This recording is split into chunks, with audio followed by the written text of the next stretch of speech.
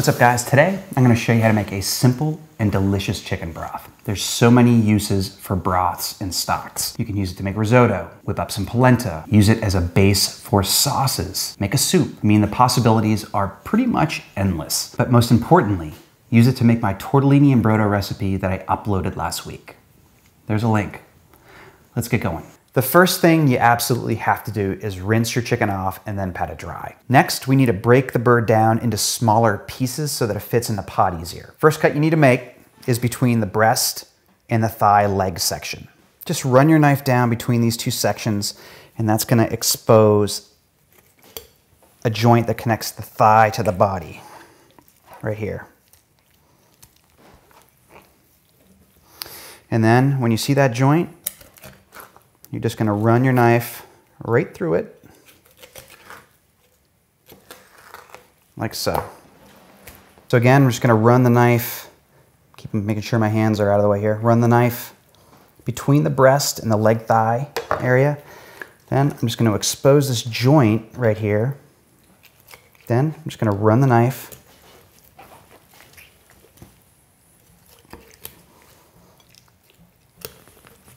right through it, like that. All right, next cut, I'm gonna remove the drumsticks and the wings here, and I'm just gonna find the joint and take it. Same thing over here, find the joint, take it. So I'm gonna separate the breasts from the back. Do that by just running a knife right down through the ribs, and you literally just kind of pull it apart at this point, like so. I'm gonna cut the back into two pieces just to make it easier to get in the pot. And finally, we have two breasts. And here, turn it this way. I'm gonna run a knife right through the breastbone to separate the breasts, and then I'm gonna cut the breasts in half too. So just a good sturdy knife will do this. Just push right through the bone and separate the breasts. And then I'm just gonna go right through. So you'll have 4 pieces of breast, like so. Oh yeah, one more cut that I forgot what we needed to do was separate the leg from the thigh. So that's pretty easy. You just flip the part over, and you'll see there's like a membrane, some fat right here in between the leg and the thigh. If you just run the knife on the inside, the leg side of that, it should separate pretty easily. Just like so. Okay, one more time for good measure. Membrane right here. I'm gonna make a cut on the inside, the leg side. There you go. All right, let's count how many pieces we have. We've got 2 thighs. We have 2 legs, that's 4. 2 pieces of back. Where's that other back? Right here. That's 6. 2 wings and drumsticks. That's 8. A breast in 2 pieces, 10. Another breast in 2 pieces, 12. That's 12 pieces of chicken that are gonna go into a pot. So let's do that, get them out of the way so we can cut up our vegetables and get the broth going on the stove.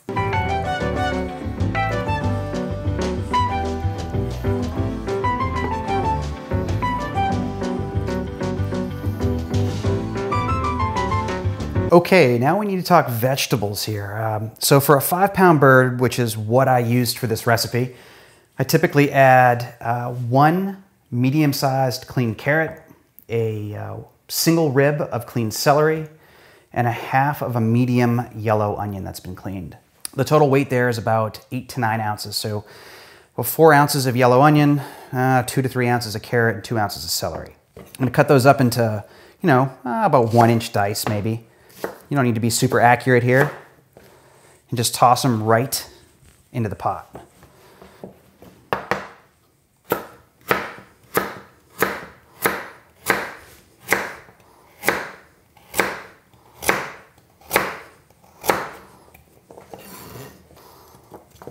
Yeah, got away from me. All right, that does it for veg. Now we're gonna talk about our herbs. And by herbs, I mean sort of a standard sachet of aromatics that help flavor the broth. So with that, I use a few sprigs of parsley, 3 or 4 sprigs of fresh thyme, 1 bay leaf, dried bay leaf. You can use fresh too if you have it. And then, I don't know, a half dozen black peppercorns. That pretty much does it. Now we just need to add some water to the pot, get it on the stove, and let it cook for 4 to 6 hours. All right, if you're wondering how much water I typically use, just enough to cover everything in the pot by about 1 inch or 2. So, and I use cold water and bring it up to just below a simmer, not hot water. That looks pretty good. All right, time to go to the stove. I'm gonna get this pot over medium-high heat, and when the liquid comes up to just below a simmer, I'm gonna cut the heat back down to low and try to maintain the temperature of that liquid through the entire cooking process. One really important thing here is to not let the water boil, okay? I just turned the heat down to low, and I'm starting to see some scum forming on the surface of the liquid. It's really important to remove that from the broth, or else it'll end up clouding your liquid. So just go around with a kitchen ladle and carefully scoop it up and toss it. And you'll notice that the liquid is just at about the right temp now. I'm getting some bubbles come to the surface, and that's where I want to be. So I'm going to let the stock go for about 6 hours, and then we'll be ready to move on to the next step. All right, this broth is done. So what I'm gonna do here is remove all of the solids, or at least as much of them as I can, and get them onto the sheet pan. Now don't throw away any of this meat. You can use it for other things like chicken salad or quesadillas, or you can keep it for a soup that you can make with the broth here. Do not throw it away, but you can discard the bones and all the vegetables and the herbs. So once I have all of the solids removed, I'm gonna pass the liquids through a strainer and hopefully some cheesecloth if I can find some. Haha, found some cheesecloth. All right, so I have my stock. I have another pot. I have a strainer right here, so a fine mesh strainer. And I'm gonna go in with some cheesecloth here. I'm gonna line the inside of the strainer with my cheesecloth. Now, if you don't have cheesecloth, don't worry about it. Just use the strainer. Be perfectly fine. But this just adds another filter, another layer in here to filter some of these solids and some more impurities that are still in the broth out of it. So I'm just gonna pour it right in. Don't pour it all in at once. Steady stream is good. Steady stream. You don't want it going all over the place. And here, this is where all the bits start falling out. Everything's at the bottom of the pot. There. I think that's just about everything. Yeah, it's good looking broth. The cheesecloth and this strainer are doing a great job of just getting every last bit of chicken meat and vegetable and herb and stuff out of the broth. Cool. If you guys want to use this right away, go for it. It'll be delicious. It'll be better than any broth that you can buy at the store, hands down. I usually take an additional step though. I put this in the fridge overnight, and what happens is the fat and the water and the liquids separate. Fat on top, and I can scrape that off with a spatula or some other kitchen utensil, and I get a less cloudy, less greasy, sort of better overall product. So I'm gonna do that now, and I'll show you what it looks like tomorrow morning. All right, it's the next morning, and you can see that the broth is tightened up because of the gelatin from the bones and joints in the chicken. But most importantly, the fat has come to the surface and it's solidified.